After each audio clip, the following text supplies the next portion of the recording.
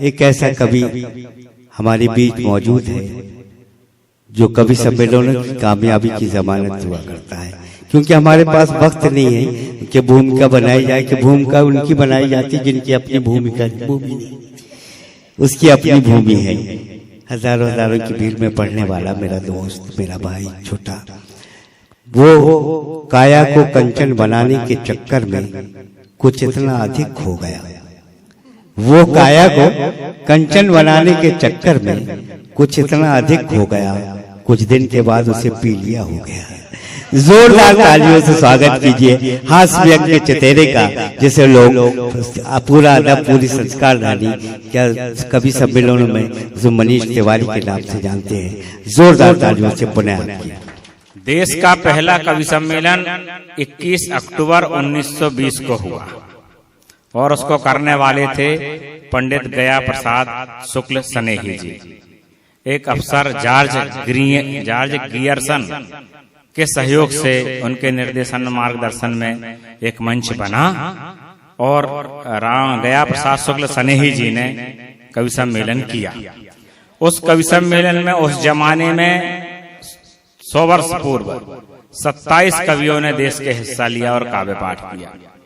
धीरे धीरे वहां से कवि सम्मेलन की परंपरा आगे बढ़ी और इतनी समृद्ध हुई कि आज हम कवि सम्मेलन का शताब्दी वर्ष का कार्यक्रम हम सब संस्था के बैनर के नीचे मना रहे हैं। ये हमारा सौभाग्य है। वाह वाह वाह वाह वाह, जोरदार तालियों से स्वागत कीजिए। बहुत अच्छी बात। मैथिली शरण गुप्त, जयशंकर प्रसाद, वैदेही जी, वैदेही त्यागी जी, सोहनलाल द्विवेदी जी ने इस कवि सम्मेलन को शुक्ल जी के बाद में आगे बढ़ाना शुरू किया। फिर हरिवंश राय बच्चन आए। बच्चन जी की कविता मधुशाला बहुत ज्यादा चर्चित हुई और उससे देश में कवि सम्मेलनों की संख्या बढ़ती गई। बच्चन जी के बाद नीरज जी आए। नीरज जी ने कारवां गुजर गया गुबार देखते हुए जब आया तो कवि सम्मेलन जमीन से आसमान तक पहुंच गया। इसमें नीरज जी का भी बहुत बड़ा योगदान है। एक बार उस महाकवि के लिए भी सम्मान में तालियां हो जाए दोस्तों।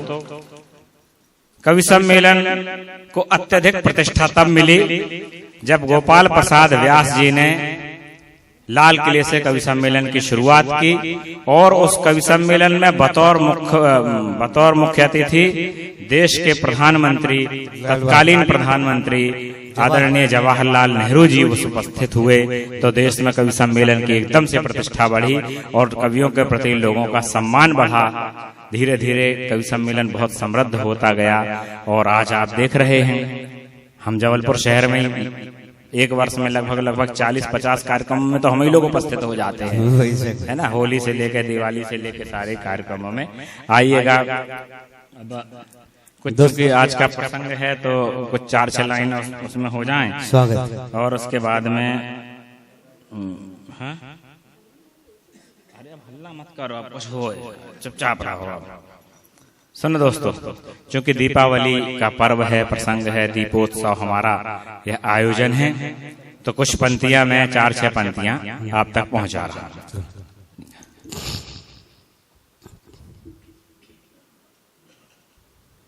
कि जिस दिन अंतर मन का सारा कलुष दूर हो जाएगा, कि जिस दिन अंतर मन का सारा कलुष दूर हो जाएगा, जिस दिन मानव का जीवन शोषण से बच जाएगा, जिस दिन भाई विह्वल हो भाई को गले लगाएगा, जिस दिन धवल चंद्रमा नभ में प्रेम राग ही गाएगा, जिस दिन कहीं किसी को कोई कुत्सित न बहकाएगा, जिस दिन नीला अंबर आतिशबाजी से भर जाएगा, जिस दिन हर घर बाग सरी का खुशबू से भर जाएगा और जिस दिन कान्हा की बंसी में मधुर राग छिड़ जाएगा। वाह वाह। जिस दिन हर घर बाग सरी का खुशबू से भर जाएगा, जिस दिन कान्हा की बंसी में मधुर राग छिड़ जाएगा, जिस दिन अहंकार का जग में भाव नहीं भरमाएगा, सच कहता हूँ मेरे देश में राम राज आ जाएगा। वाह वाह वाह वाह, मेरे देश में राम राज आ जाएगा।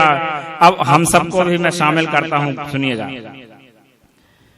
कि आओ हम सब मिलकर के संकल्प यही अब दोहराएं, दिवाली पर हर दहरी को जगमग जगमग कर आए, दिवाली पर हर दहरी को जगमग जगमग कर आए।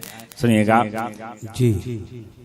इरफान भैया ने जिस कविता के लिए आदेश दिया है, आप थोड़ा एहसास दिलाते रहिएगा कि एक बहुत बड़ी भीड़ के सामने मैं कविता पढ़ रहा हूँ। एक बार जोरदार तालियां बजाकर। वाह।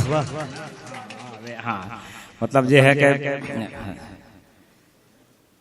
हुआ यह कि हमारी शादी हुई, पत्नी को लेके हम भेड़ा घाट गए, धुआंधार के सामने खड़े थे, पानी गिर रहा था, धुआं उठ रहा था। उस सारे वातावरण को आत्मसात करते हुए एक शुद्ध पारिवारिक हास्य व्यंग्य की रचना का जन्म हुआ, आप तक पहुंचा रहा हूं। कविता में शब्द का खेल है, सुनिएगा कि जब मैं अपनी नई नवेली पत्नी को भेड़ा घाट ले जाकर धुआंधार दिखला रहा था, उस पर अपना असीम प्यार बरसा रहा था, तब मुझे क्या पता था कुछ ही दिनों में मैं सरोवर से कुआं हो जाऊंगा, पत्नी धार हो जाएगी और मैं धुआं हो जाऊंगा। पत्नी धार हो जाएगी और मैं धुआं हो जाऊंगा। सच कहूं भाई साहब, चंद वर्षों में ही अष्टावक्र की तरह टेढ़ा हो गया। पत्नी घाट हो गई और मैं भेड़ा हो गया। पत्नी घाट हो गई और मैं भेड़ा हो गया। इधर मैं हूँ, मेरा जीवन नर्मदा की ऊंचाई से पछाड़ खा रहा है, उधर पत्नी की काया में दिन ब दिन निखार आ रहा है। वाह। यह निखार अब मुझे बिल्कुल भी नहीं भाता है। जीवन का कड़वा यथार्थ शादी के बाद ही समझ में आता है। बहुत अच्छा है। बोलो गंगा भैया, सही बात है कि नहीं है? जीवन का कड़वा यथार्थ शादी के बाद ही समझ में आता है। इन परिस्थितियों से होकर परेशान हमने किया मां नर्मदा का स्तुति गान। और पंक्तियां सुनिएगा दोस्तों, हमने किया मां नर्मदा का स्तुति गान के तीव्र जिह्वाधार को, मर्म पर प्रहार को, वामा अत्याचार को, चुभते हुए खार को सह सके जो चर्म दे, नमामि देवी नर्मदे नमामि देवी। तीव्र जिह्वाधार को, मर्म पर प्रहार को, वामा अत्याचार को, चुभते हुए खार को सह सके जो चर्म दे, नमामि देवी नर्मदे नमामि देवी। मेरी प्रार्थना के स्वर ने असर दिखलाया और एक अनुभवी बुजुर्ग ने मुझे सांत्वना देते हुए समझाया कि बेटा, तुम एक घाट के पानी में डूब और उतरा रहे हो, तैरने की कोशिश में घबरा रहे हो। हमने एक लंबा जीवन जिया है, घाट घाट का पानी पिया है। वाह, बहुत अच्छा। हमने एक लंबा जीवन जिया है, घाट घाट का पानी पिया है। हम तुम्हारे दर्द को गंभीरता से लेते हैं और तुम्हें कुछ जरूरी टिप्स देते हैं। टिप्स सुनो। अब देखो साहब, बुजुर्ग समझाते कि जिंदगी की गाड़ी का बोझा कैसे ढोया जाए। स्वागत है। तुम्हें कुछ जरूरी टिप्स देते हैं। पति देवो भव के अतीत को भूल जाओ, हमेशा जियो आज में। पत्नी के सामने कभी मत बोलना ऊंची आवाज में। बहुत अच्छा है। जो करे सेवा सो खाए मेवा का सिद्धांत अपनाओ और पत्नी के सामने पूर्ण रूप से शरणागत हो जाओ। वैसे एक और तरीका है जो हमने अपने पिताजी से सीखा है। हमारे खानदान में जितनी बहुएं हैं सब गूंगी हैं और जितने दामाद हैं सब बहरे हैं। इसीलिए हमारे घर में सुख शांति के पहरे हैं। बहुत अच्छा। इसीलिए हमारे घर में सुख शांति के पहरे हैं। अरे सुखद दाम्पत्य जीवन की ये मजबूरी है। पति पत्नी में एक का गूंगा और दूसरे का बहरा होना बहुत जरूरी है। बहुत अच्छा मनीष, जिंदाबाद जिंदाबाद। एक का गूंगा और दूसरे का बहरा होना बहुत जरूरी है। वैसे गूंगा होना अभिशाप नहीं, वरदान है। जी हाँ, साहिब हिंदुस्तान है। और कविता संदेश की तरफ बढ़ती है दोस्तों, सुनिएगा। जी हाँ, साहिब हिंदुस्तान है।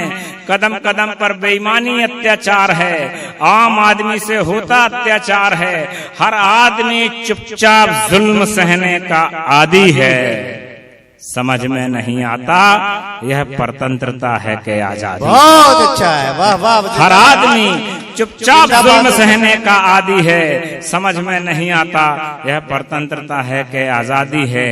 चोर चक्के सड़कों पर खुलेआम घूम रहे हैं, सबके सब चुप हैं, मौन हैं। आखिर इसका उत्तरदायी कौन है? और दोस्तों, अंतिम पंक्तियां आपके हवाले करता हूं। आखिर इसका उत्तरदायी कौन है इस प्रश्न पर चारों ओर सन्नाटा है। किसी का भी खून खौलता नहीं है। हर आदमी के पास जबान है, लेकिन कोई भी बोलता नहीं है। लेकिन कोई भी बोलता। जिंदाबाद जिंदाबाद।